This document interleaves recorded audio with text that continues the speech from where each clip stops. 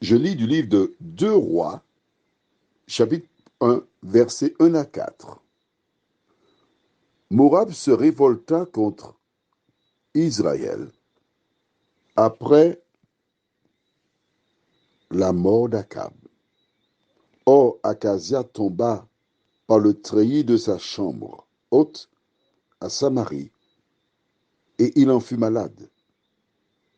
Il fit partir des messagers et leur dit: allez consulter Baal Zébul, dieu d'Écron, pour savoir si je guérirai de cette maladie. Mais l'ange de l'Éternel dit à Élie, le Tishbite: lève-toi, monte à la rencontre des messagers du roi de Samarie, et dis-leur: est-ce parce qu'il n'y a point de Dieu en Israël que vous allez consulter Baal Zébub, dieu d'Écron? C'est pourquoi, ainsi parle l'Éternel, tu ne descendras pas du lit sur lequel tu es monté, car tu mourras. Et Élie s'en alla. Prions. Akab est mort. Il est remplacé.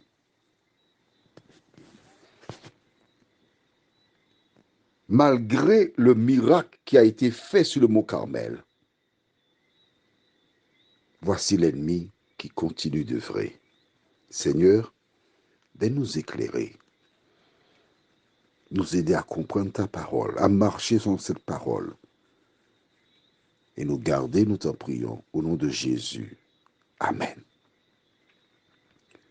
Un nouveau roi est arrivé sur le trône. Et que se passe-t-il? Il fait une chute, il est couché sur le lit, il cherche, il veut avoir la guérison, normal. Ça me fait penser à cette chanson. Tout le monde veut aller au ciel, oui, mais personne ne veut mourir. Personne ne veut mourir. Personne ne veut mourir. Eh oui, il ne veut pas mourir. Et que fait-il? Il envoie des messagers vers qui? Baal. Baal est encore bien vivant dans la tête de certaines personnes. En fait, le diable n'abandonne jamais. Il n'abandonne jamais. Il a perdu sur le mont Carmel. Mais c'est comme les paras. Il continue d'inciter les gens à se tourner vers lui. Et Baal représente le diable. Il envoie des messagers. Mais l'Éternel veille au grain. L'Éternel envoie un ange pour avertir Élie, lui dit: agis de telle et telle manière. Est-ce que tu vois qu'Élie, alors je rappelle pour celles et ceux qui découvrent seulement maintenant, que nous voyons l'histoire d'Élie par rapport au fait que dans le livre de Malachie, dernier chapitre, il dit: j'enverrai le prophète Élie. Et nous sommes en train de voir qui était ce personnage que Dieu a dit qu'il enverrait. D'accord? C'est pourquoi nous sommes sur cette étude depuis un moment. Mais nous allons changer bientôt, ne t'en fais pas. Nous approchons pratiquement à la fin de l'histoire. Et il va, conformément à la parole de Dieu, se tenir là où passent les messagers et transmet ce message. Dis au roi, tu mourras. Pourquoi meurt-il? Parce qu'il a placé sa confiance sur un faux Dieu. Il a rejeté l'Éternel.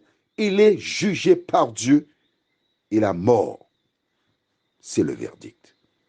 C'est ce qui attend toutes celles et ceux qui se tournent vers le diable et qui rejettent Dieu. Prions.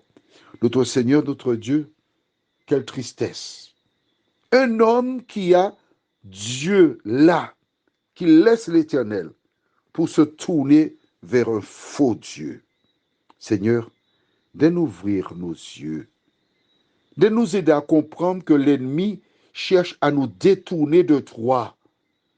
Relève-nous, fortifie-nous, guide-nous, nous t'en prions, Seigneur, au nom de Jésus et pour ta gloire éternelle. Amen.